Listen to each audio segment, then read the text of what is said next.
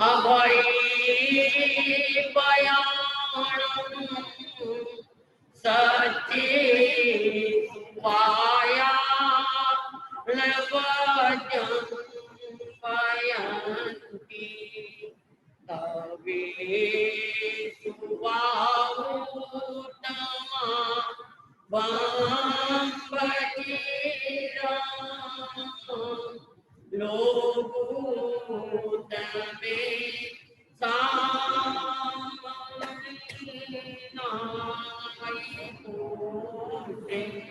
है समय नदी की धार की जिसमें सब बह जाया करते है समय बड़ा तूफान प्रबल पर्वत झुक जाया करते हैं। अवसर दुनिया के लोग समय में चक्कर खाया करते हैं, लेकिन कुछ ऐसे होते जो इतिहास बनाया है, इतिहास बनाया करते।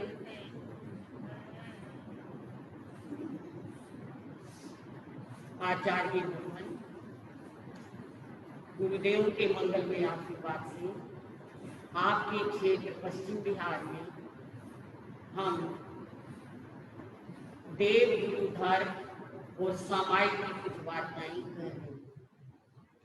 देव में देव की पहचान हरिहंत तुलसी क्या होती है, गुरु में गुरु की पहचान और धर्म क्या होता है, जिसमें इस वार्ता को पूरी संपूर्ण मानव दृष्टि के लिए, संपूर्ण जीव सत्ता के लिए, वसुधैव कुटुंबकम के लिए, जिसके मन में सदा हित की भावनाएं बनी रहती है, वो धर्म है।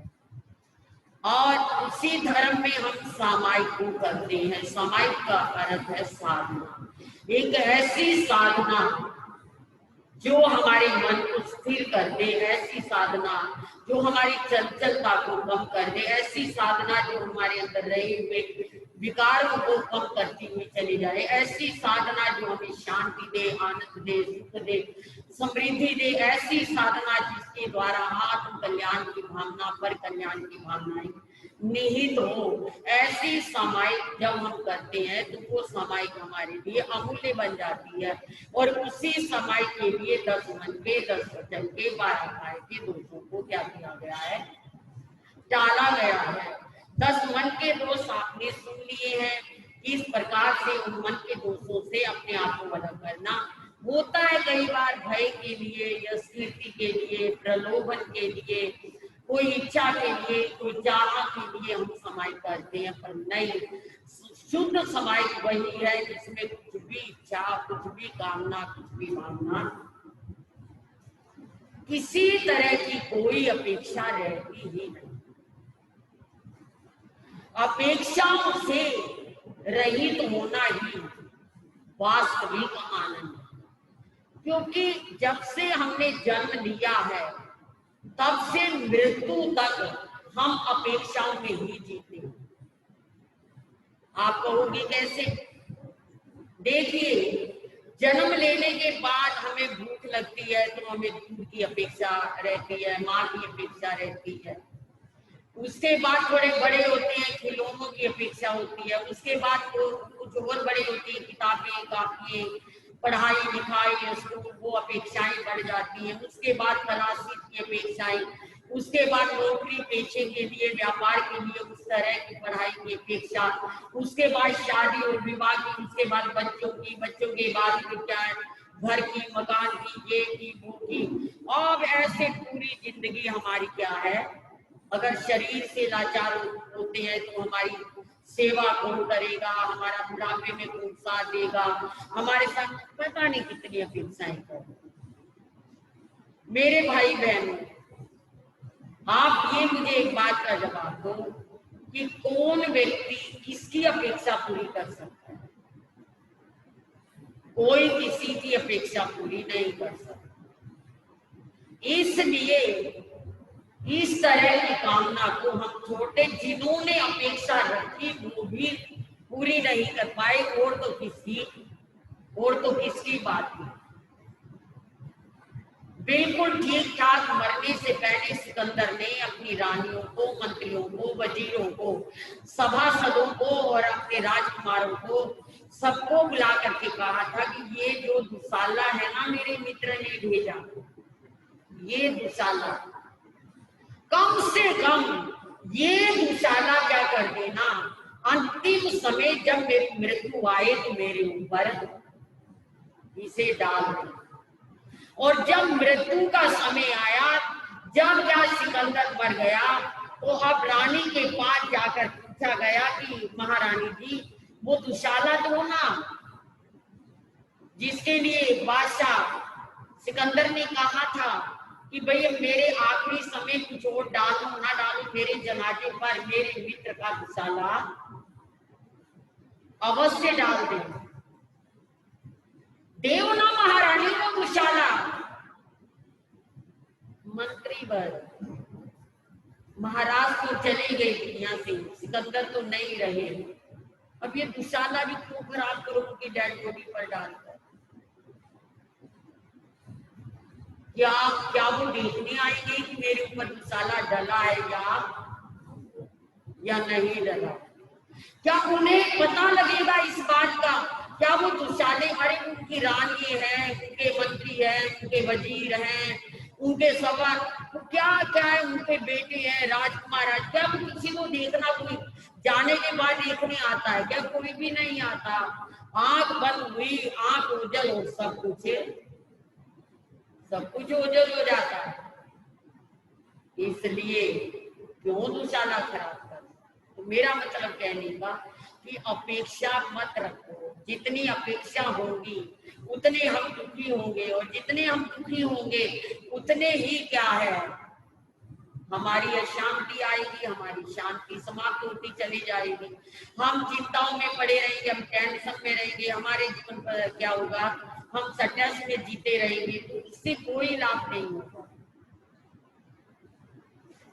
आनंद तो नहीं आया, सुख तो नहीं आया, आनंद तो यही है कि व्यक्ति सब अपेक्षाओं को छोड़े और केवल क्या अपने आप को जाने। अप्पा सो परम अप्पा, नो दाई सेल्फ, इतना जाने अपने आप को, इतना जाने कि कुछ भी और जानने की जरूरत ही ना रहे। और जब जानना होता है ना, वो एक शब्द से भी जाना जाता है, एक शब्द से। 90 साल के बाबा थे, और वो 90 साल के बाबा अपनी चपरास में बैठे हुए थे। यानी आप समझते हो, जो ये धर्मशाला नहीं, अपना घर में बाहर जो क्या बना देते हैं, चबूतरा भी नहीं, जो क्या है, ऐसे बैठक में बैठे हुए थे। बैठक रूमा क्या कहोगे, बैठक को आप, हाँ ड्राइंग रूम को आजकल बैठक को, जिसमें उनसे सब लोग मिलने आते थे, हुक्का पीते थे, बातचीत करते थे और गपशप लगाते थे और ताश वगैरह खेलते थे। मतलब जहाँ लेडीज का जाने का कोई मतलब ही नहीं, बस आज जेंट्स भी जहाँ बैठे रहे, मिलते रहे, और घर के बुजुर्ग भी वहाँ क्या है, आज भी गाँव में तो रिवाज है, आज 2-4 मंजिलें डली होती हैं, 2-4 क्या कुर्सियां पड़ी होती हैं, और लोग क्या हुक्का पीते रहते हैं या कुछ गपशप लड़ाते रहते हैं, तो वो बैठक बोलते हैं। क्या बोलते हैं? बैठक का मतलब ये बैठना, जहाँ बड़े बड़े बुजुर्गों का बैठना रहता है। तो वो बाबा बैठे हुए थे, सायकाल का समय था, सूर्यास्त हो गया था। बाबा की एक पोती वहां से निकली, जिसकी उम्र 5-6-7 साल की, खेल रही थी बाहर बच्चों के साथ। अब वो बच्ची खेलते हुए बाहर निकली, और जैसे ही वो बाबा की क्या है उस बैठक के पास से निकली, उसने देखा कि आज तो बैठक में बहुत अंधेरा है, कुछ बादल होंगे। उसने बाबा को कहा, बाबा बाबा बाबा मेरी आवाज सुन रही हो? बाबा सांझ हो गई है, दिया जला लो, कोई बड़ी बात नहीं। कोई बड़ी बात नहीं। दोबारा फिर आवाज लगाई, थोड़ा और पौड़ियों पे चढ़ के, चबूतरे पे चढ़ करके उस बच्ची ने, बाबा सांझ हो गई है, दिया जला लो। बाबा अपने किसी ध्यान में थे। तीसरी बार फिर आवाज लगा दी, बाबा सांझ हो गई है, दिया जला लो ना, अंधेरा हो गया बैठक में, दिया जलाओ, सांझ हो गई है बाबा, दिया जलाओ। अब वो तो ये कहकर कूदती हुई हंसती हुई चली गई। अब बाबा सोच में पड़ गए, सांझ हो गई दिया जला, क्या बात कही है, सांझ हो गई दिया जला। अरे मेरे जीवन की सांझ हो गई, 90 साल का हो गया, ये दिया तो जल जाएगा, अंधेरा भी चला जाएगा, मैं अपने जीवन का दिया कब जलाऊंगा? क्या मरते मरते जलाऊंगा? मेरी पोती ने मुझे कितना सजग कर दिया। दादा सांझ हो गई, दिया जला लो। मैंने कोई दिया नहीं जलाया बेटी, अब आज से कोशिश करता हूं कि मैं अपने जीवन का दिया, जो मेरे जीवन का दीपक बुझ चुका है, मैं उसे जलाऊं। उठ फरीदा सुतिया,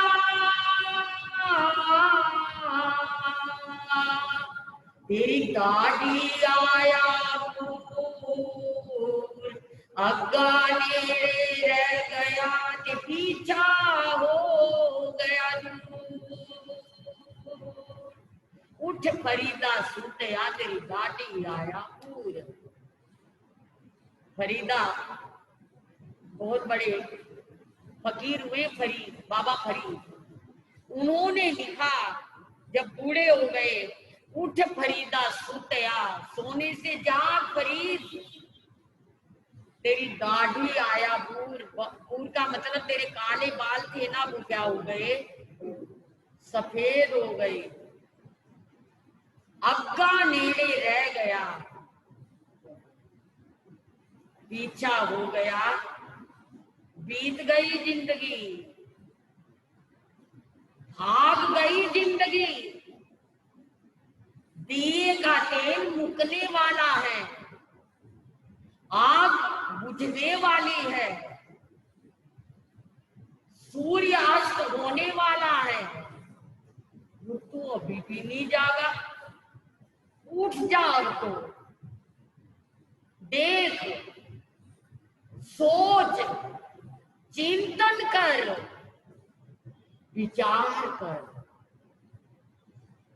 उठ जा मुसाफिर, भोर भाई अब रैन कहाँ जो सोवत है। उठ जा मुसाफिर, भोर भाई अब रैन कहाँ जो सोवत है।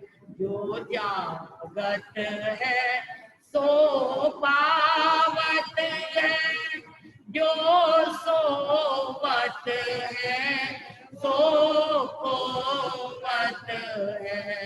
जो जागत है सो पावत है, जो सोवत है सो खोवत है।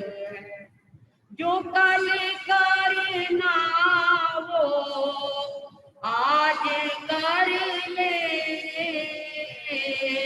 जो आज करना वो अब कर ले, अब कर ले। जब चिड़ियों ने चुग खेत लिया, जब चिड़ियों ने चुग खेत लिया, फिर पछताई क्या होवत है।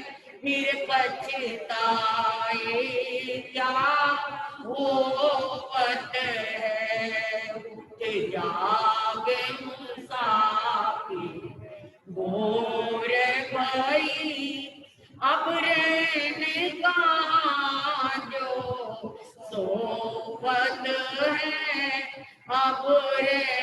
ने कहा जो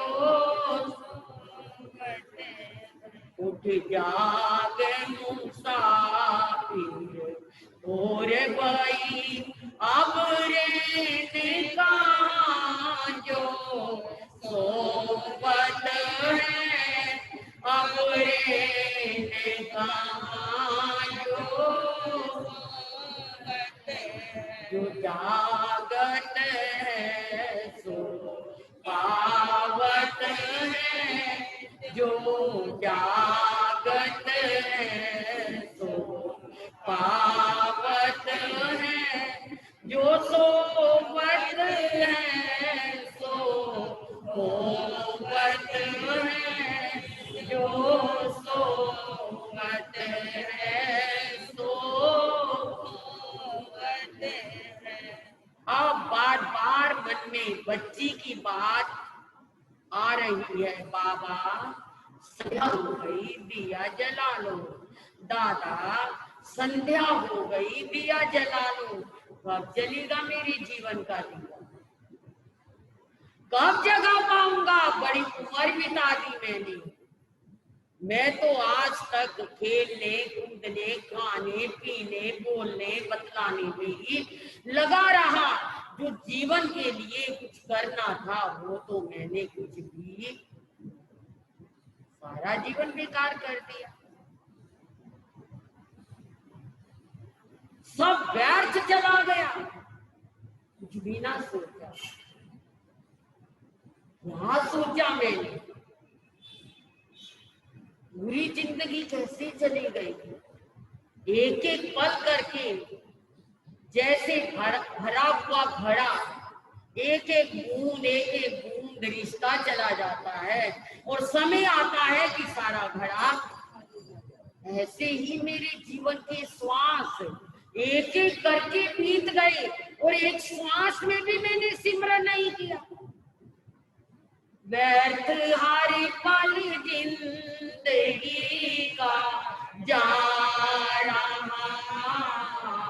व्यर्थ हर पल जिंदगी का जा रहा, सारा जीवन यूं ही बीता जा रहा, सारा जीवन यूं ही बीता जा रहा, व्यर्थ हर पल जिंदगी का जा रहा, व्यर्थ पल जिंदगी का जा रहा, तुझको अमृत भी मिला पर ना पिया, तुझको अमृत भी मिला पर ना पिया,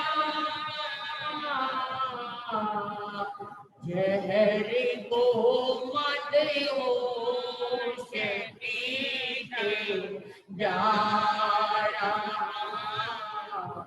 जहर को मत होश पीता जा रहा, सारा जीवन यूं ही बीता जा रहा,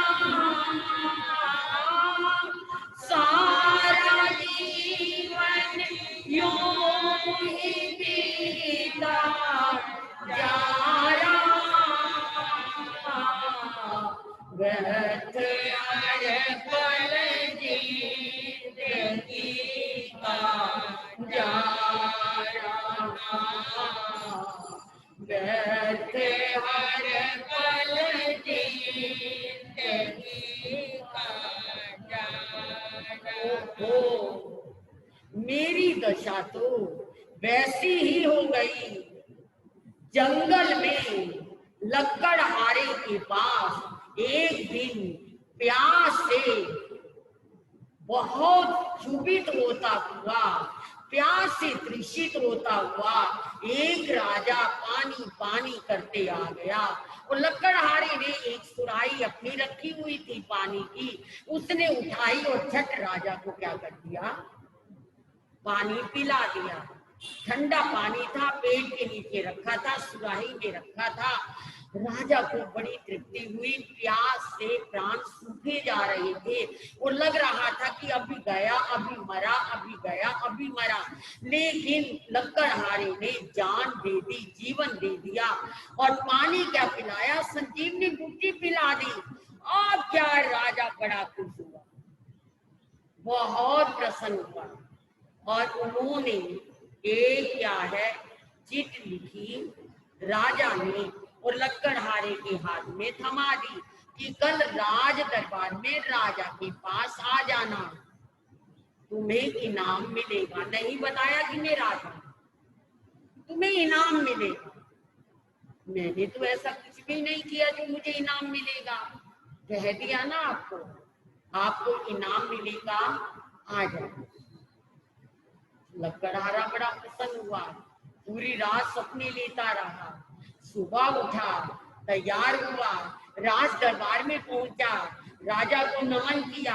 राजा ने देखा वही लकड़हारा कल वाला जिसने मुझे प्राणदान दिए हैं, ठंडा ठंडा पानी पिलाया था, इसे में क्या बेचारे को। समय की बात है ना, होना तो वही है जो मुकद्दर में, जो भाग्य में लिखा होता है। कहते हैं कि समय से पहले और भाग्य से ज्यादा व्यक्ति को कभी कुछ मिला नहीं करता, पर पुरुषार्थ से मिल भी जाता है, ऐसी बात नहीं। अब क्या है, राजा ने कहा कि बेचारा ये लकड़ा, चलो क्या कहा, अपने सैनिक को या किसी अंगरक्षक को बुला करता, ऐसे करो ये जो व्यक्ति आया है ना, इसे जो अपना एक बहुत अच्छा हाथी है ना, हाथीशाला में, इसे हाथी दे दो। इसे क्या दे दो, हाथी दे दो। अब उसे ले गया वो सैनिक और जाकर के उसने हाथीशाला से उसे क्या दे दिया, हाथी दे दिया। लकड़हारे को लगा कि वो मेरी तो किस्मत जा गई, मैं तो क्या है रोज अपने सिर पर लकड़ियां ढोता था, अब मुझे क्या मिल गया। अब वो सुबह निकलता है, हाथी पर बैठ करके शाम को लकड़ियां क्या है काटता है और हाथी पर लाद कर, बस हाथी यही काम आता है। ऐसे ही वो बाबा सोचता है जैसे उस लकड़हारे ने उस हाथी को केवल लकड़ी ढोने पर लगा करके मिला भी, हाथी मिला, चाहता तो उस हाथी से बहुत कुछ कर सकता था, लेकिन उसने क्या किया, लकड़ी ढोने में उस हाथी को भी लगा दिया और स्वयं भी उसी मेहनत में लगा रहा। और ऐसे ही मुझे अमूल्य हाथी की तरह जीवन मिला था, पर मैंने अपने इस जीवन को यूं ही, अब तो जागू, अब तो मुझे जागना चाहिए, अब है जगने की वेला, अब ना सोना चाहिए, अब तो मेरी जगने की वेला है, मेरा जागने का समय है। बार बार चिंतन किया। कहते हैं, आगम कहते हैं, पच्छा बीते पया की पंग गचंती अमर भवनानी। ये गाथा है 10वें कालिक सूत्र के 4थे अध्याय की आखिरी गाथा। पच्छा बीते पया की पंग गचंती अमर भवनानी। पिछली अवस्था में भी अगर कोई व्यक्ति अपने जीवन को संभाल लेता है, तो गचंती अमर भवनानी, वो भी मोक्ष को करने करके मोक्ष को चला जाता है। कई लोग कहते हैं ना, फिर बुढ़ापे में क्या होता है, क्या करेंगे, अब तो बूढ़े हो गए, शरीर चलता नहीं, हाथ पांव काम आते नहीं, जिन्होंने बनाना है वो बुढ़ापे में भी बना लेते हैं। पच्छा बीते पया की पंग गच्छन्ति अमर भवनानि। पिछली अवस्था में भी अगर कोई जाग जाए तो वो अमरता को प्राप्त हो जाता है। और जो नहीं जागे, जागे सो सवेरा। जब जाग जाए तभी सवेरा। ये क्या सूचना कि 12 बजे है, 2 बजे है? अरे जाग गए ना, सोए हुए तो नहीं होना। बस उसी को सवेरा मानो और मान करके जो करना कर लो, जो बनाना है बना लो। ये तो सब एक एक पल, एक एक सेकंड बीत रहा। अच्छा कर लोगे तब भी बीत रहा है और बुरा कर लोगे। और अगर देखा भी जाए, आधी जिंदगी तो हमारी सोने में ही बीत जाती है। आधी जिंदगी तो सोने में ही बीत जाती है। रह गई आधी, वो आधी आधी काम में बीत जाती है। रह गई उससे आधी, वो आधी क्या है? खाने पीने में, बतियाने में, नहाने में, धोने में बीत जाती है। बचा क्या आपके पास? बोलो क्या बचा? अभी तक हमने कितना बचाया, कितना कमाया, क्या बनाया? ये तो भागी जा रही है। सो लेंगे तब भी भागना है, खा लेंगे तब भी भागना है, नहा लेंगे तब भी भागना। जीवन में तो सैर सपाटे कर लेंगे तो भी भागना है। अच्छा तो यही है कि प्रति पल कुछ भी करें, करते हुए हमारा चिंतन रहे कि नहीं भगवान, ये अमूल्य जीवन मिला, अब मैं कुछ नहीं करूंगा, इसका लाभ लूंगा। हर इंद्रिय का लाभ लूंगा, हर श्वास का लाभ लूंगा और शरीर के कण कण का लाभ लूंगा। इसीलिए समय की 48 मिनट रखी, ज्यादा ना सही, 48 मिनट तो जागो। 10 मन के दोष सुन लिए आपने, 10 वचन के दोष कल सुने थे ना, कल सुने थे ना। ऐसा वचन नहीं बोलना जो अविवेक वाला, ऐसा वचन नहीं बोलना जो सहसगार हो, निकल गया, ये कोई बात थोड़ा ही है। ऐसा वचन नहीं बोलना जो स्वच्छंद हो, जो मुंह में आया नहीं। भी कथा वाला भी नहीं बोलना, कलह वाला भी नहीं बोलना। और क्या है? अपने आप को संभाल, यानी जिसमें हम संभल ना पाए ऐसा वचन भी, ऐसा वचन भी। ये नहीं कि निकल गया मुंह से, ये क्या मतलब हुआ? पहले अनाप शनाप बोल दिया, क्रोध में बोल दिया, कलह में बोल दिया, पीड़ाकारी भाषा बोल दी, छेदकारी बोल दी, भेदकारी बोल दी। आप पहले ऐसी बोलती चले गए और क्या है बाद में?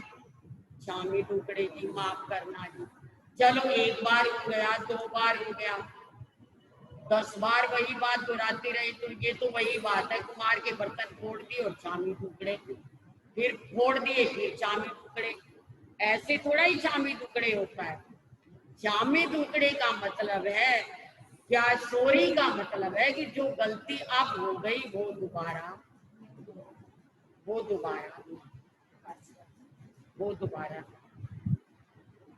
तो ऐसा हमने मजाक में भी किसी को वचन नहीं बोलना,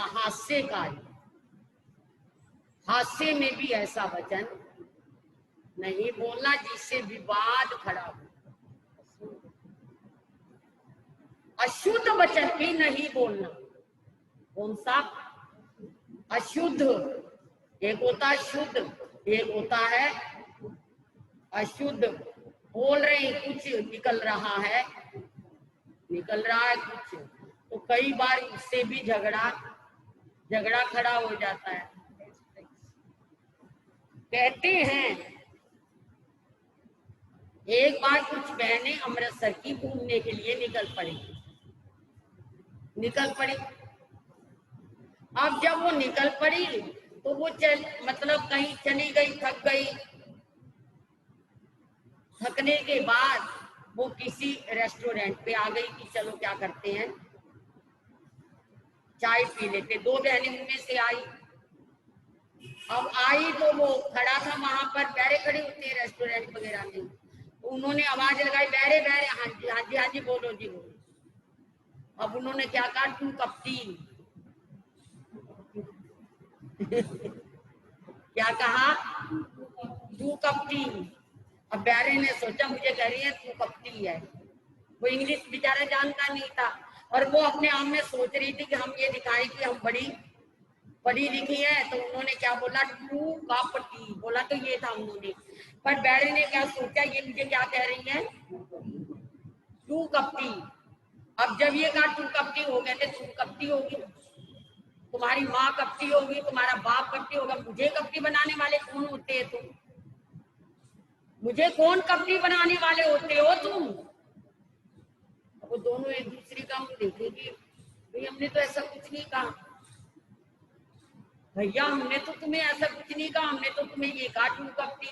हाँ तो मैं भी तो यही कह रहा हूँ, तू कपटी होगी, तुम्हारी माँ कपटी होगी, तुम्हारा पति कपटी।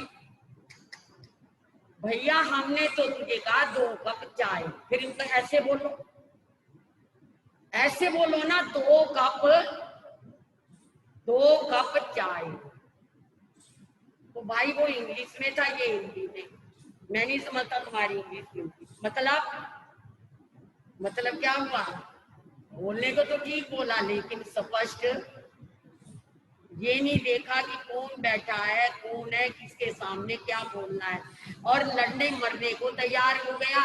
और इतना बड़ा झगड़ा वहां पर खड़ा हो गया कहने को, मतलब किसके कारण, कि हमने वचन की शुद्धता को, हमने ये नहीं देखा कि क्या बोलना है, कब बोलना है। कई बार एक अक्षर से ही क्या हो जाता है, जैसे मान लो हम जाप करते हैं महामंत्र नोकार के बीज मंत्र का।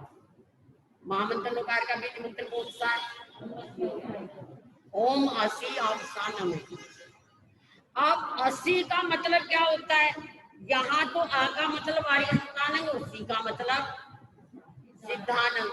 अगर वैसे आप अस्सी का मतलब, अस्सी का मतलब तलवार, शस्त्र। अब आप बोलो ओम असी, असी नहीं, ओम सी अवसानम, सी अवसानम, ऐसा बोलो। कभी ये ना बोले ओम असी अवसानम, ओम असी। असी का मतलब शस्त्र हो जाएगा, तलवार हो जाएगा। चाहे हमारा भाव नहीं है, पर मुंह से शब्द क्या निकलेगा, असी। ऐसा नहीं बोले, क्या बोले, ओम सी अवसानम, ओम सी अवसानम, सी अवसानम, सी अवसानम, ओम सी अवसानम। तो ठीक है, अगर आप बोलेंगे ओम असी अवसानम है, ओम असी अवसानम है, ओम असी अवसानम, तो असी का मतलब शस्त्र होता है, तलवार हो जाता है। तो वो वचन की शुद्धता, मंत्र में वचन की शुद्धता नहीं रहती। और समाई के 10 दोषों में हमें वचन की शुद्धता, अस्पष्ट वचन नहीं बोलना, अस्पष्ट वचन नहीं बोल। बहुत है ऐसे, अर्थ का अनर्थ हो जाता है, ऐसे बहुत सारे वचन हैं, अगर आगे पीछे शब्द ना लगाएं तो अर्थ का अनर्थ हो जाता है। इसलिए हम वचन भी जो बोले वो स्पष्ट बोले, विवेक वाला बोले, निरपेक्ष, कोई अपेक्षा ना रखे, समाज से कोई अपेक्षा ना हो, अपेक्षा रहित समाज करे, मुमन, हाँ मुमन, आधा आधा पाधा बोल देना। लास्ट वाला दोष है 10वां, क्या दोष है वचन का, मुमन, मुमन, मन ही मन में, बस पूरा नहीं बोलना, नोमा समायिक बियरमान भरत के, ऐसा नहीं बोलना, नोमा समायिक बरमान भरत। अब देखो ना, कई लोग लोगस का पाठ करते हैं, लोगस का पाठ पढ़ती हैं, उसके अंदर एक शब्द आता है, उसमें एक शब्द आता है, क्या आता है? लोगस जोगरे धम्मा तिथयरे जिने हरिहंते कितई सम 24 संपि केवली सब मजिहंत बंदे संभव अभिनंद सुमित पौ अपाहं सुपासन जिनचन पाहं बंदे सुमित कुदंतम सियल सीजन वास्तु पूजन विमल मनंतन जिनं धम्मं संतीज बंदामी कुंतु अरंज बल्ले बंदे मुनि सुबे नमी जिनच बंदामी रिट नेमी पासुतः पद्मानंद एवं मये अभी विहु ये रहे पहिन जर मर। क्या शब्द है? पहिन जर मर। और गांव में मैंने बहनों से, लोग कहते हमें लोगस का पाठ आता, पर मैंने कहा सुनाओ, तो पहिन जन मरना को उन्होंने पता क्या सुनाया मुझे बहनों ने? पीहर जा मरना, पीहर जा, क्या बोला? पीहर जा मरना, पीहर जा मरना, पीहर जा मरना। अरे बहन, ये कौन सा शब्द आ गया तो उसमें पीहर जा मरना, पीहर जा मरना, पीहर जा मरना? ससुराल में नहीं मरना, पीहर में मरना जाकर। कर दिया ना अर्थ का अनर्थ। पीहर जा मरना, पीहर मुमन, मनी मन में पीहर जा मरना। शब्द क्या है? पहिन जर मरना। उतो अरंत मली बंदे मुनीश्वर नमीजित बंदामी रिट नेमी पासंतः बदमानंच एवं मय अभी हुआ बिहु ये रहे मना पहिन जर मरना।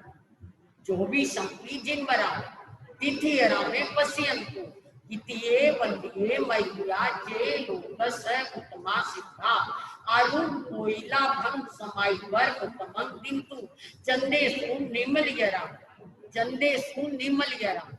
ये भी नहीं साफ बोलते, निर्मल यरा मतलब तो निर्मल ही है, पर अक्सर क्या है? चंदेसु आई जेसु आयम पयास यरा सागर वर गंभीरा सिद्धा सिद्धि।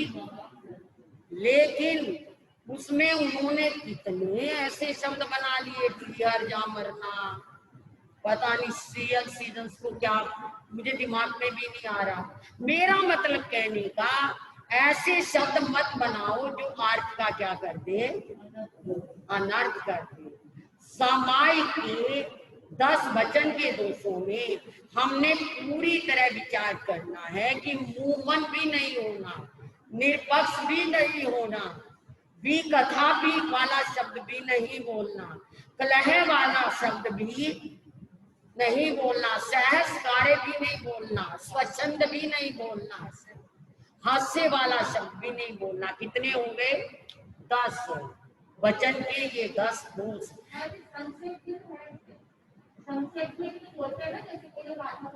हाँ हाँ, संक्षेप भी है ना, संक्षेप संक्षेप भी नहीं बोला, उसमें कम कर दिया ना, संक्षेप में बोलना था पूरा नूमी समय, नूमी समय, नूमी समय। अब हमें ये कई बार लोग है ना, महाराज साहब कहते कहते पता क्या कहते थे? मारा ही नहीं, मारा ही नहीं, मारा ही। बताओ क्या कहे? दिन में एक आध बार तो व्यक्ति ऐसा आ ही जाता होगा जो हमें कहीं नहीं मारा ही। मारा ही क्या उठता बताओ? है कोई शब्द? मतलब क्या था? नहीं महाराज साहब, इसका मतलब क्या था? नहीं महाराज साहब। और उन्होंने क्या पकड़ लिया? नहीं मारा ही। अगर कोई बात नहीं नहीं नहीं मारा ही, अरे मारा ही क्या होता है? बस बोल लिया। जैसे आजकल मोम, डैड नहीं, डैड मार दिया ना, जीते जी से मार दिया ना डैड कह के। मोम डैड नहीं, मोम नहीं, डैड नहीं, मोम। अरे ये तो देखो डैड का मतलब क्या? डैडी कह दो। डैडी से कहां तक आगे?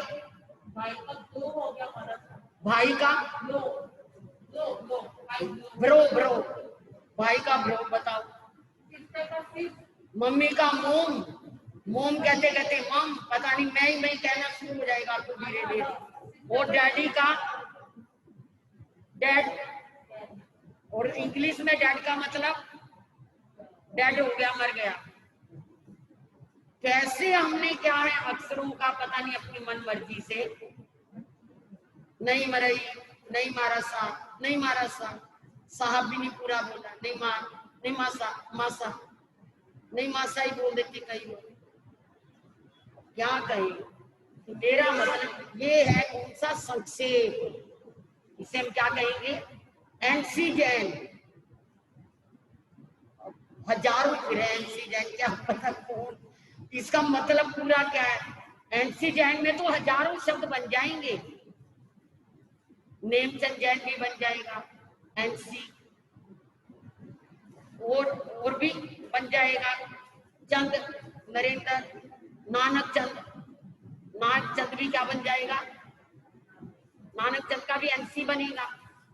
पता नहीं कितने शब्द बन जाते हैं। संक्षेप संक्षेप करते करते हम लोग अर्थ का अनर्थ कर देते हैं। तो सामायिक में, वचन के दोषों में हमने इस बात का विचार करना है कि हर शब्द हमारा स्पष्ट हो, शुद्ध हो, साफ हो, मीनिंगफुल हो। अब नाम क्या है, आजकल नाम भी इस तरह के रखने लगे, कुछ मतलब ही ना हो। पहले हर नाम का मतलब होता था, सार्थक होता था, लेकिन अब तो संक्षेप करते करते बिना मतलब के ही पता नहीं कहां कहां से नाम उठा लाते हैं, क्या क्या नाम उठा लाते हैं, पता ही नहीं लगता। तान्या, मान्या, कान्या, सान्या पता नहीं, सच में कहती हूँ, कान्या, तान्या, मान्या, सान्या, इतने नाम है। मैं पूछूंगी इसका मतलब क्या है, बस महाराज जी सबको सब बोलते ना मान्या अच्छा लगा, चलो मान्या, फिर भी मान पाने वाली। तान्या क्या हुआ, तान्या देने वाली हर वक्त, तान्या, सान्या, कान्या, कान्या, बताओ कान्या, कोई पता ही नहीं, इंग्लिश नेम जिनका कोई अर्थ ही नहीं, मतलब है। कहते हैं कि नहीं, ध्यान रखो, समय सच में समय तो भाग ही गया आप सबके सामने। आज वचन के दोषों की बात चली और वचन के दोषों के साथ कुछ अपेक्षाओं की बात चली। हम लोग कुछ भी करें, जीवन को जाने, समझे और अपने आप के अर्थ को जाने और जान करके जीवन को शुद्ध और उत्तम बनाए। मुझे याद है जब अशोक विहार में दीक्षा होनी थी, हमने महाराज जी को कहा कि महाराज जी नाम क्या रखने, कहते मैं मीनिंगफुल नाम रखूंगा, आत्मज्ञाता, हर वक्त आत्मा का ज्ञान करता रहे, आत्मदृष्टा, हर वक्त आत्मा को देखता रहे, आत्मरमणी, आत्मा में ही रमन करती रहे, करो या ना करो पर नाम तो मीनिंगफुल नाम तो रख दिया ना, आत्मरमणी।